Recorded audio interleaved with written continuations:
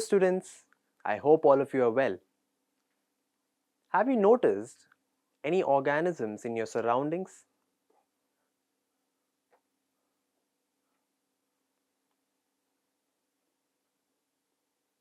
For example, you might see ants, mosquitoes, cockroaches, lizards, dogs or cats. Let's quickly review what we have learned about habitats and adaptations.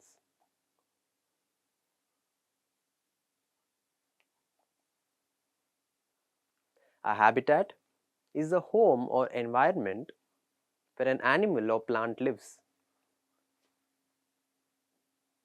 Adaptations are special features or behaviors that help animals and plants survive in their habitats. For instance, camels live in the desert and have adaptations that allow them to survive in hot conditions without drinking water for a long time.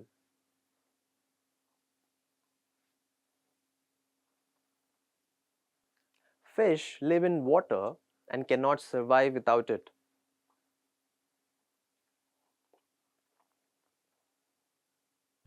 With our focus on habitats and adaptations, I'm excited to introduce a new topic: different terrestrial habitats.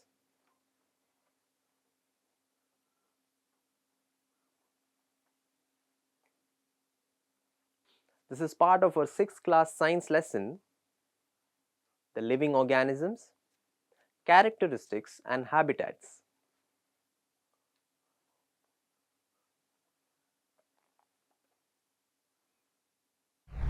Habitats are categorized into two main types: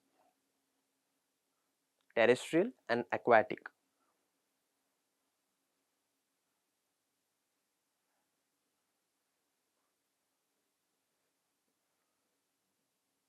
Terrestrial habitats include deserts, mountain regions, and grasslands.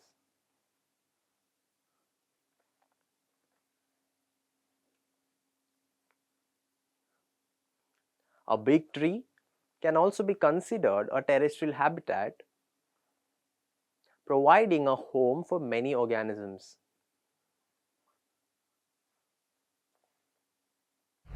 Learning outcomes. After studying this topic, you will be able to describe the features of the desert habitat, describe the features of the mountain habitat, describe the features of the grassland habitat, understand how a big tree can serve as a habitat. Keywords: habitat, adaptations, terrestrial habitat.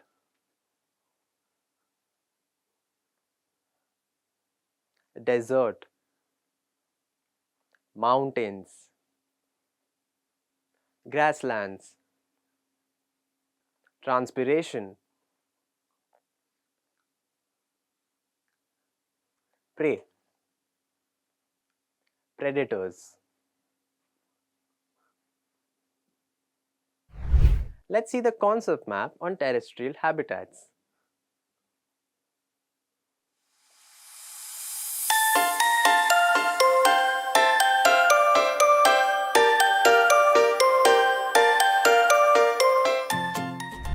Deserts. Deserts have hot and dry climates. Camels in deserts have long legs that keep their bodies away from the hot sand.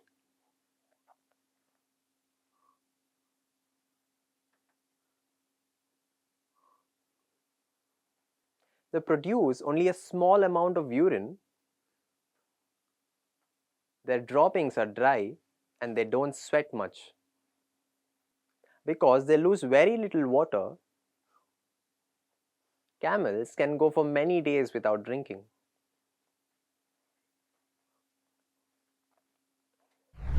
What about other animals and plants found in deserts?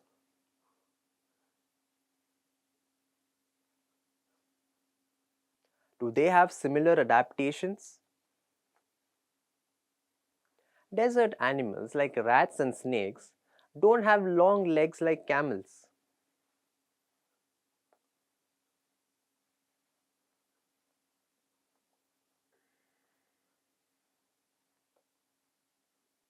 To avoid the intense heat during the day, they stay cool by hiding in burrows in the sand. These animals come out only during the night.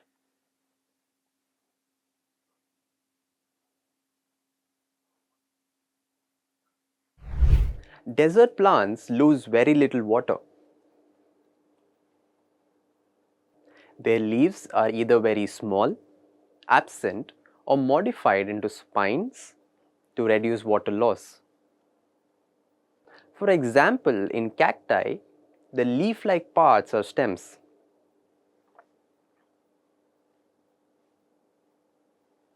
These stems do the photosynthesis and are covered with a thick, waxy layer to keep water inside. Most desert plants have deep roots to absorb water from the soil.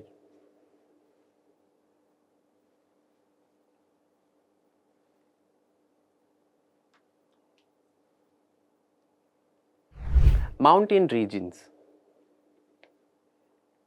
Mountain habitats are usually very cold and windy.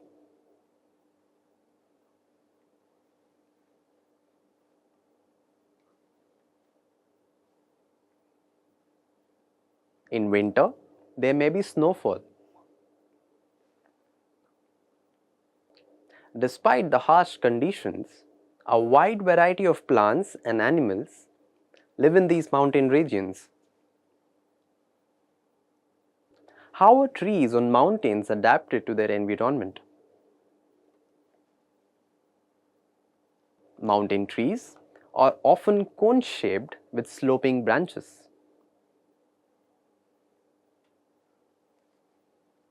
Some have needle-like leaves. These adaptations help rainwater and snow slide off easily. While many mountain trees have these features, some may have different shapes and adaptations to survive in the mountain conditions. Animals in mountain regions. Animals in the mountains are adapted to the cold conditions in various ways. Yaks have long hair to keep warm.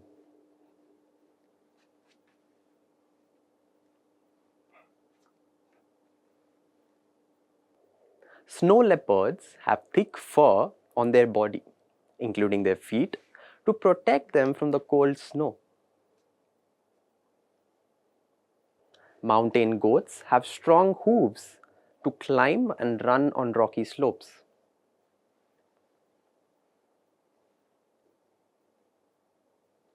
As you go higher on the mountains, the surroundings change, and animals have different adaptations at different heights. Grasslands. A lion lives in grasslands and is a strong hunter.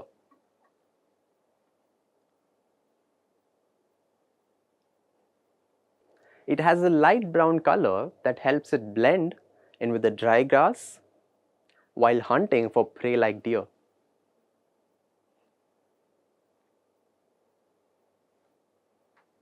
Lions have long claws on their front legs that can be pulled back when not in use.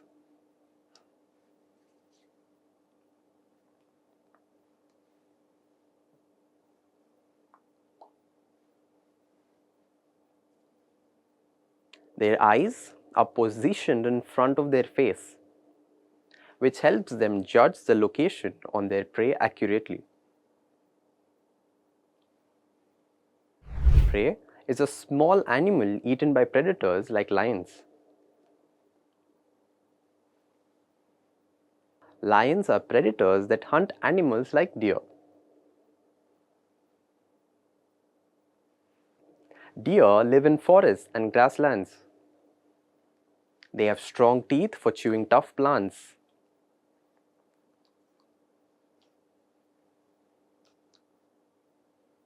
Deer need to be aware of predators to avoid becoming prey.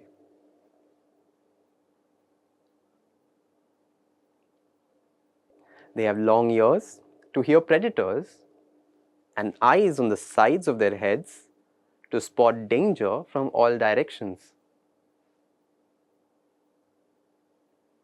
Deer are fast runners, which helps them escape from predators.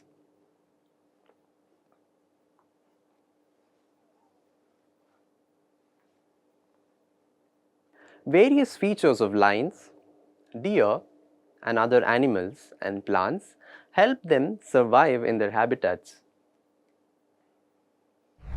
Tree as a habitat. Now, let us study a plant or a tree as habitat.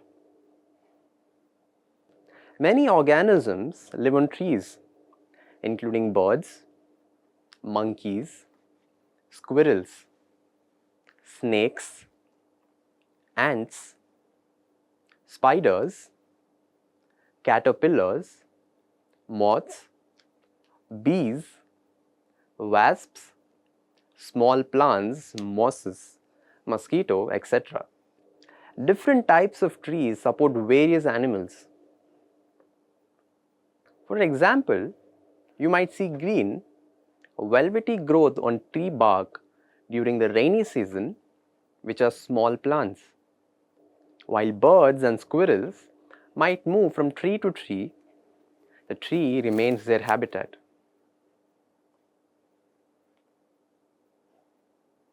Trees are vital homes for many organisms. Our house as a habitat. We live in houses that protect us from heat, cold, and rain.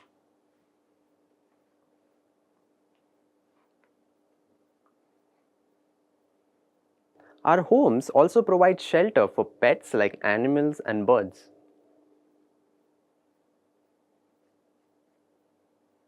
Additionally, we grow plants in our homes that give us fruits and vegetables and some crotons and money plant inside our homes.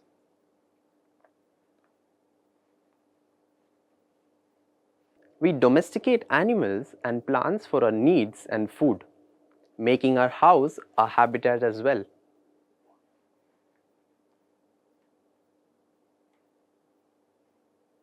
Animals like dogs, cats, goats, cows, and birds such as hens, ducks, and pigeons live with us.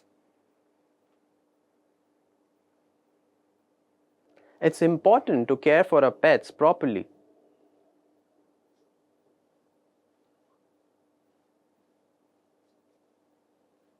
We get milk from cows or buffaloes and also care their needs by keeping surroundings clean and provide them with food and water.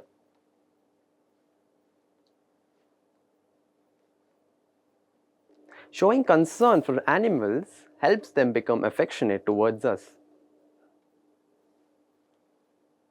Garden. A wonderful place. While traveling by bus or train, we often see various crop fields and orchards.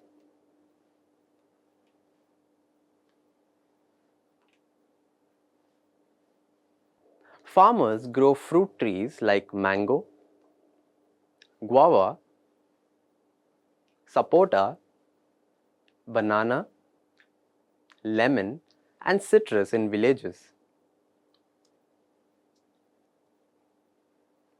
Orchards usually have just one type of fruit tree. So, a mango orchard will only have mango trees. In these orchards, you can also find small plants growing on the ground and various animals. Similarly, tamarind, mango, and amla plants grow in forests, house gardens, or fields.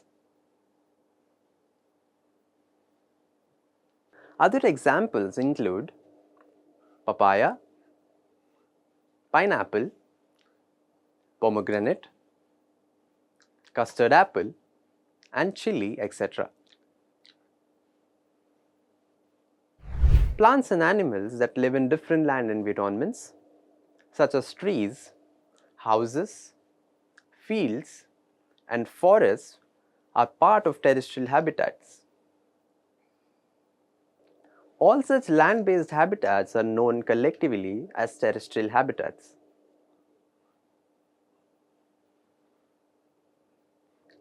I hope you've learned about terrestrial habitats from this video.